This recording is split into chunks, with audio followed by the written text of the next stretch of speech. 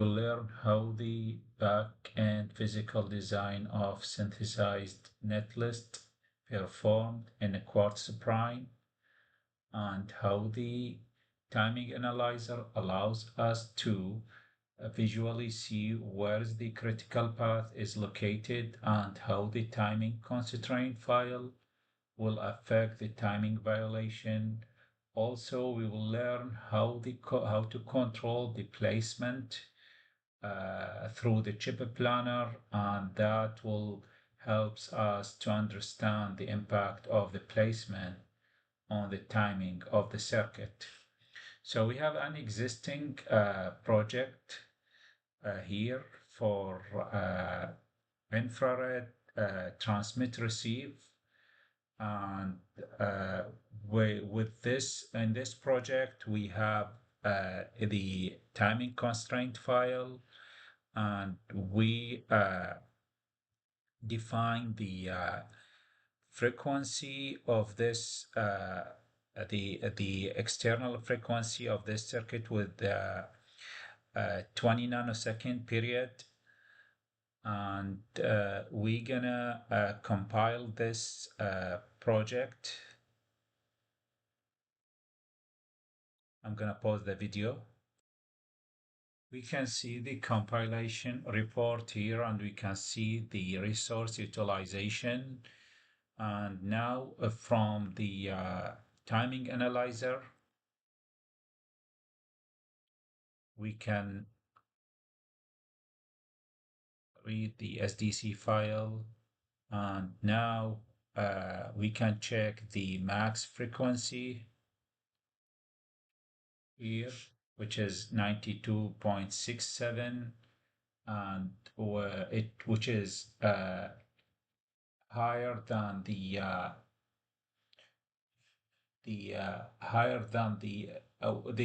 max frequency, which is the circuit can work without any timing violation. And as we can see here, it's higher than the clock requirement specified in the SDC file, which is 50 megahertz. Okay, so we can check the critical path also from check timing, report timing, and we're gonna choose the longest 5 critical path. And as we can see here, this is the longest, the 5 longest critical path in this circuit. And with each path, we have the slack, which is the timing margin for check at the latch flip-flop. As we know, the critical path, or the timing path, is like calculated between like flip-flop to flip-flop, or from input to flip-flop, or from flip-flop to output. And we can see that the longest critical path has smallest slack, and this slack is as long as it's positive, that means everything is good. We don't have any timing violation. And here from this waveform, we can check the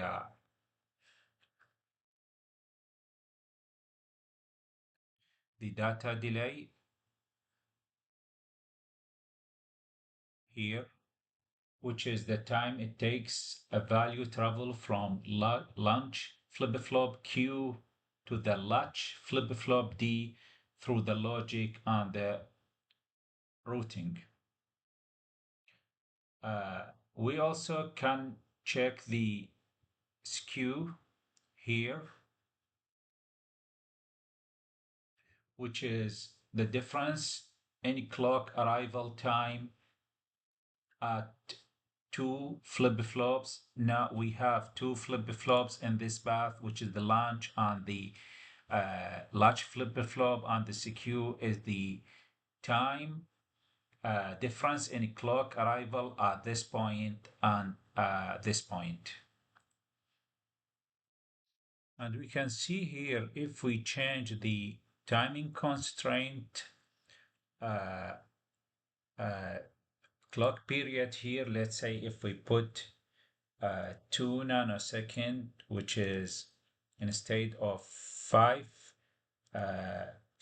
megahertz, we're gonna put it 500 megahertz, and we're gonna check the timing analyzer one more time.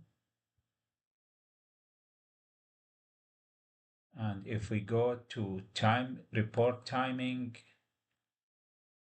we're gonna see that those red, we can see here that all the slack is negative. That means we have a timing violation. And let's go back and change it to 20 nanosecond.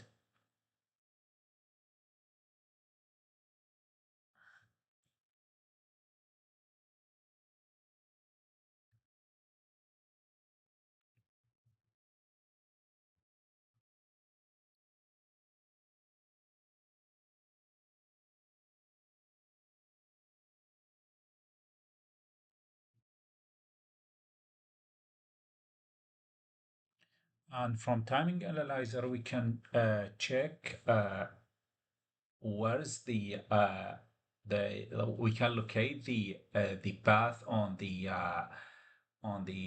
chip planner.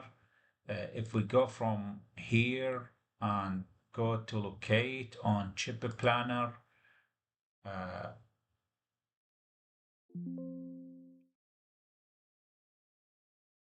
so this is the critical path, one of the critical path trajectory.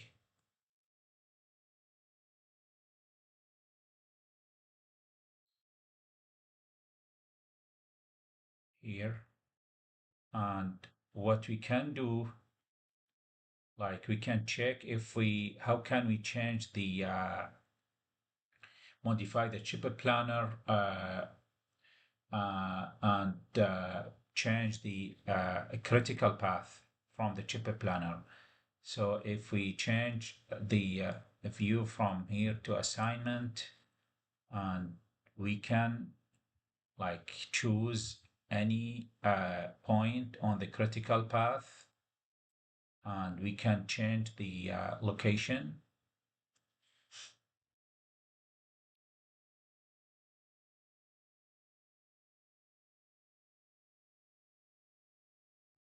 To any other point. Let's say we change it here, and we can see this is the changing report here, shows the changing. And now we can close the chip planner and recompile the design and check the critical path one more time. So open the timing analyzer after recompile the design.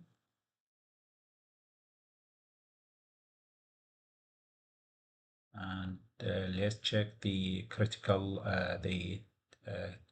path. So from report timing,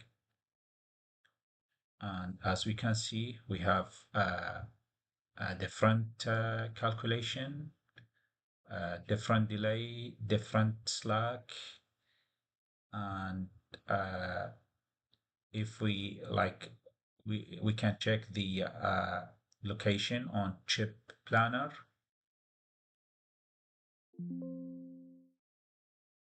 Okay, as we can see, this is different different trajectory for the critical path.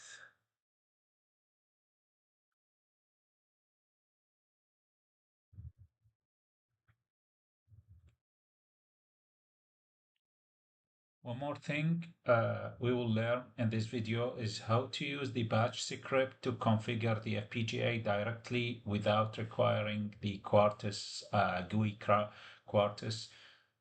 So to do this, we will need to put the batch file with the bitstream SOF file in the same folder. So we have the SOF file here. This is the batch file, and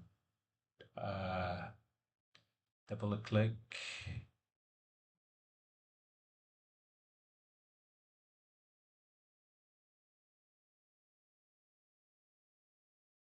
Okay, looks good.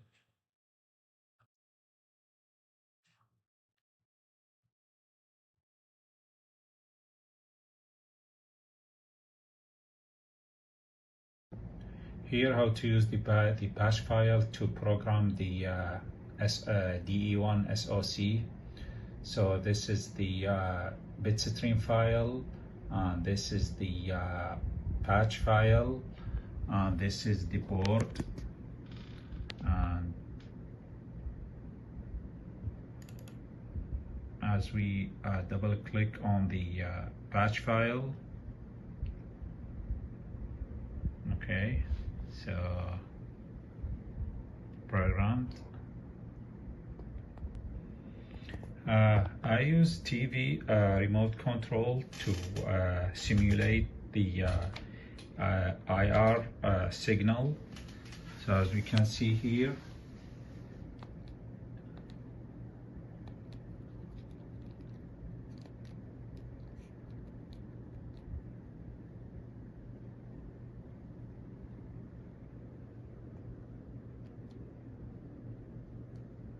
so looks good.